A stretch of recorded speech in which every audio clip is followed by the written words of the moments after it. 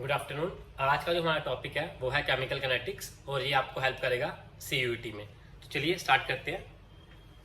Chemical kinetics, जब हम chemical kinetics की बात करते हैं तो केमिकल काइनेटिक्स किसके बारे में है? रेट ऑफ रिएक्शन के बारे में। किसके बारे में? रेट ऑफ रिएक्शन के बारे में। रेट ऑफ रिएक्शन का मतलब है स्पीड ऑफ रिएक्शन। क्या? Speed of reaction. कहने का मतलब है कि कोई रिएक्शन कितनी स्पीड से चल रही है, फास्ट है, स्लो है, मॉडरेट है, उसके बारे में बताता है कौन? ये चैप्टर केमिकल काइनेटिक्स। ठीक है। अब सबसे पहला टॉपिक जो इसमें है वो है rate of reaction. Rate of reaction, जब आप रेट ऑफ रिएक्शन की बात करते हो तो रेट ऑफ रिएक्शन होता क्या? ध्यान से सुनिए। Decrease in the concentration of reactant or increase in the concentration of product is called rate of reaction. Decrease in the concentration of reactant or increase in the concentration of product with respect to time. किसके respect में? Time के respect में। कि जैसे जैसे time आगे चल रहा है जो रिएक्टेंट है वो डिक्रीज हो जाएंगे, जो प्रोडक्ट है वो इंक्रीज हो जाएंगे। और करके आप ऐसे भी लिख सकते हो, change in the concentration of reactant और product with respect to time. कितनी कंसंट्रेशन प्रोडक्ट की चेंज हो रही है या रिएक्टेंट की चेंज हो रही है विद रिस्पेक्ट टू टाइम, उसको भी हम क्या बोलते हैं? रेट ऑफ रिएक्शन बोलते हैं। क्या बोलते हैं?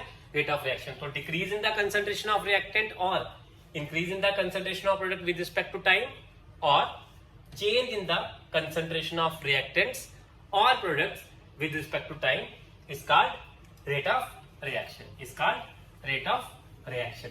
सिंपली अगर मुझे कहीं लिखना होगा तो मैं क्या लिखूंगा? मैं लिखूंगा रेट ऑफ रिएक्शन किसके इक्वल?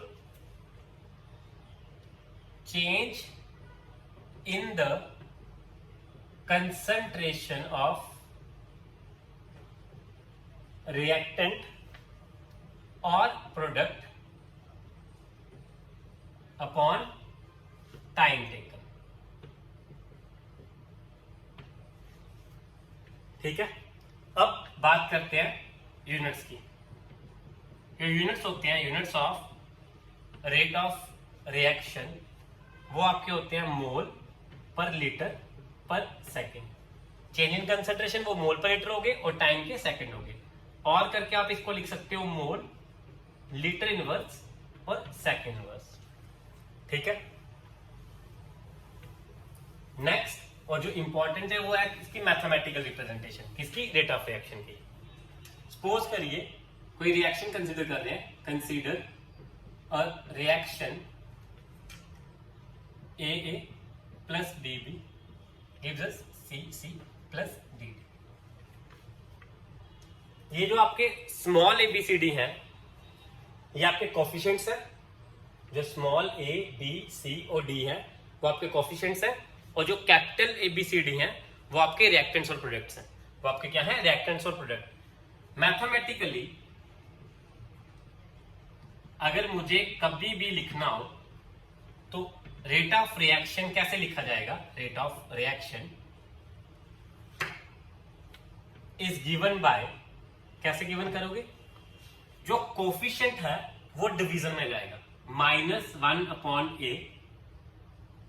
चेंज इन कंसंट्रेशन वो हो गया del by del T of concentration A।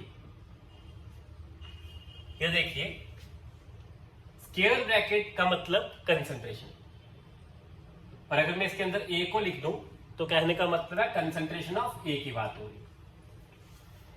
Is equal to किसके equal? B -1/B del by del T of concentration B is equal to +1/C del by del T of concentration C is equal to +1/D del by del T of concentration D। जो भी coefficients है small A, small B, small C, small D, वो सारे division में जाएंगे और change in concentration of change in time. A की concentration हो गई डेल्टा ए, टाइम चेंज हुआ डेल्टा टी। नेगेटिव साइन जो है वो किसके साथ रहेगा? रिएक्टेंट्स के साथ। और रिएक्टेंट के साथ नेगेटिव क्यों आता है? क्योंकि रिएक्टेंट जो है वो डिक्रीज करेंगे, इसीलिए नेगेटिव साइन होगा। पॉजिटिव साइन जो होता है वो आता है किसके साथ? प्रोडक्ट के साथ। क्यों? क्योंकि उनकी कंसंट्रेशन इंक्रीज होती है। तो किसी भी रिएक्शन को अगर मैथमेटिकल फॉर्म में लिखना होगा तो जितने भी उनके कोफिशिएंट्स होंगे, ध्यान से समझना, जितने भी उनके क्या होंगे? कोफिशिएंट्स होंगे, वो सारे डिवीजन में चले जाएंगे और आपस में सारे इक्वल होंगे। ठीक है। नेगेटिव साइन सिर्फ रिएक्टेंट के साथ रहेगा क्योंकि उनकी कंसंट्रेशन डिक्रीज होती है। पॉजिटिव साइन प्रोडक्ट के साथ, क्यों? क्योंकि उनकी कंसंट्रेशन इंक्रीज होती है। बात समझ आ गया? यहां तक क्लियर है? ये मैथमेटिकल फॉर्म है। ये एक जनरल रिएक्शन थी, इसके लिए लिखा है। अगर मुझे किसी रिएक्शन के लिए लिखना हो, सुनिए ध्यान से, अगर मुझे किसी भी रिएक्शन के लिए लिखना हो तो मैं कैसे लिखूंगा?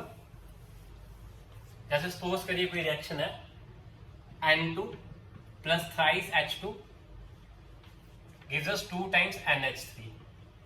तो यहां पे N2 और H2 आपके रिएक्टेंट्स है और NH3 आपका प्रोडक्ट है। इसका क्वेश्चन क्या है? 1। तो इसके लिए आप लिखोगे minus del by del T of N2 is equal to, देखिए ध्यान से, 3 है तो minus 1/3 del by del T of H2 is equal to, product आ गया, plus 1/2 del by del T of NH3। यह ऐसा बनेगा। N2 और H2 रिएक्टेंट है इसलिए उनके साथ नेगेटिव साइन आया, NH3 प्रोडक्ट है इसलिए पॉजिटिव साइन आया। अब इस पूरी टर्म को minus del by del T of N2, इस पूरी टर्म को बोलेंगे rate of disappearance of N2। Negative sign decrease, reactant क्या होगा? डिसअपेयर होगा। इस पूरी टर्म को हम क्या बोलेंगे? Rate of disappearance of N2, rate of disappearance of N2। और अब ये आ गया minus del by del T of H2, negative है, रिएक्टेंट डिसअपेयर होगा तो इसको बोला जाएगा rate of disappearance of H2, rate of disappearance of H2। अब क्योंकि ये जो है पॉजिटिव साइन है, ये बन रहा होगा, इसको बोला जाएगा plus del by del T of NH3, इसको बोला जाएगा रेट ऑफ अपेरेंस और rate of formation of NH3।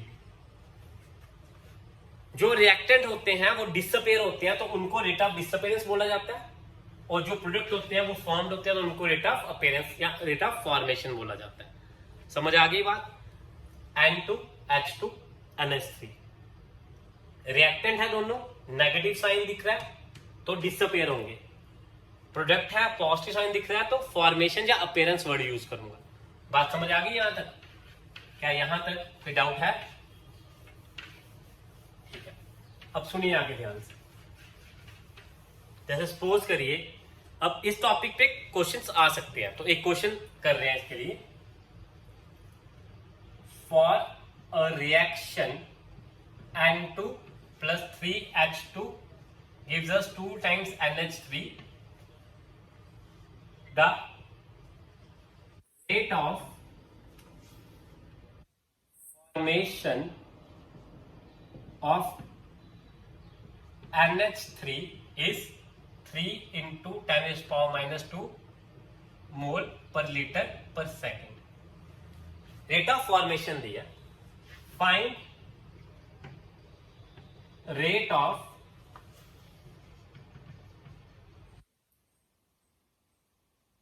Disappearance of N2। तो न्यूमेरिकल है, रेट, एक रिएक्शन दी है आपको, उस रिएक्शन के साथ आपको रेट ऑफ फॉर्मेशन दिया है और रेट ऑफ डिसअपीयरेंस निकालने के लिए बोल रहा है। इस टॉपिक पे जो क्वेश्चंस होंगे वो ऐसे ही होंगे। आपको एक रिएक्शन दी जाएगी, उस रिएक्शन के ऊपर आपको अपीयरेंस या डिसअपीयरेंस दिया जाएगा और अपीयरेंस या डिसअपीयरेंस पूछा जाएगा। एक वैल्यू गिवन होगी, एक वैल्यू आपको निकालनी होगी, और ये काफी सिंपल क्वेश्चन है। ऐसे क्वेश्चंस को हम कैसे करते हैं, देखिए सबसे पहले जो इक्वेशन दी है या जो रिएक्शन दी है उसकी मैथमेटिकल फॉर्म लिखेंगे। मैथमेटिकली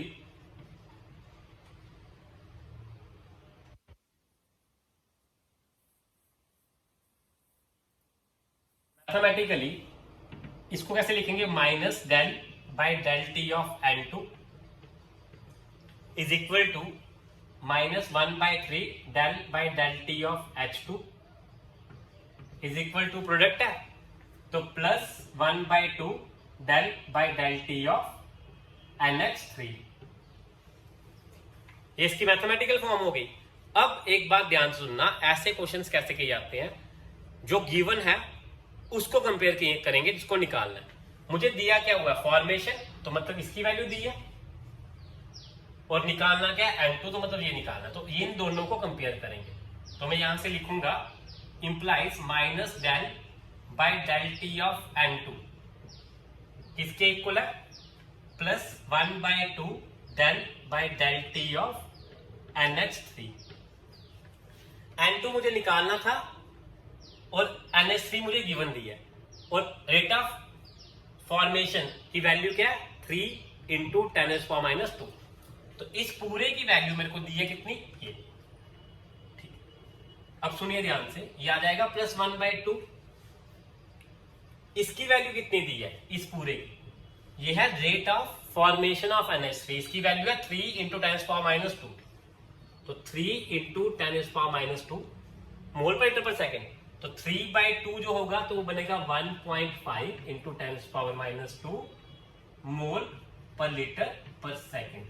ये आपका आंसर आ जाएगा। तो काफी सिंपल सा बनने वाला है कि जो वैल्यू गिवन है, जो वैल्यू क्या है, गिवन है, उससे कंपेयर करेंगे जिस वैल्यू को निकालना, उससे कंपेयर करेंगे जिस वैल्यू को निकालना। ऐसे क्वेश्चंस में हमेशा एक रिएक्शन दी जाएगी, रेट ऑफ फॉर्मेशन या रेट ऑफ डिसअपीयरेंस दिया जाएगा। अगर फॉर्मेशन दे रहा है तो हो सकता है दूसरा फॉर्मेशन निकालने के लिए बोल रहा हूं या डिसअपीयरेंस निकालने के लिए बोल रहा हूं। जो वैल्यू निकालनी है वो कंपेयर करेंगे, जो वैल्यू गिवन है वो, उन दोनों को कंपेयर करेंगे, कोएफिशिएंट्स को देखेंगे। जैसे यहाँ 1 नहीं था तो इसलिए कुछ हुआ नहीं, अगर 1/3 होता तो इस तरफ चले जाता। तो उससे हम इसको सिंपल तरीके से सॉल्व कर सकते हैं। क्या क्लियर हुआ, ये समझ आ गया? तो रेट ऑफ रिएक्शन पे जो आपको क्वेश्चंस आ सकते हैं फिलहाल, वो आपको फॉर्मेशन पे आएंगे या डिसअपीयरेंस पे आएंगे। उस केस में आपको रिएक्शन दी होगी। हो सकता है कभी कभी वो पूछ ले कि किसी रिएक्शन के लिए रेट ऑफ रिएक्शन कैसे लिखा जाएगा, मैथमेटिकल फॉर्म कैसे लिखी जाएगी। तो बड़ी सिंपल सी फॉर्म है।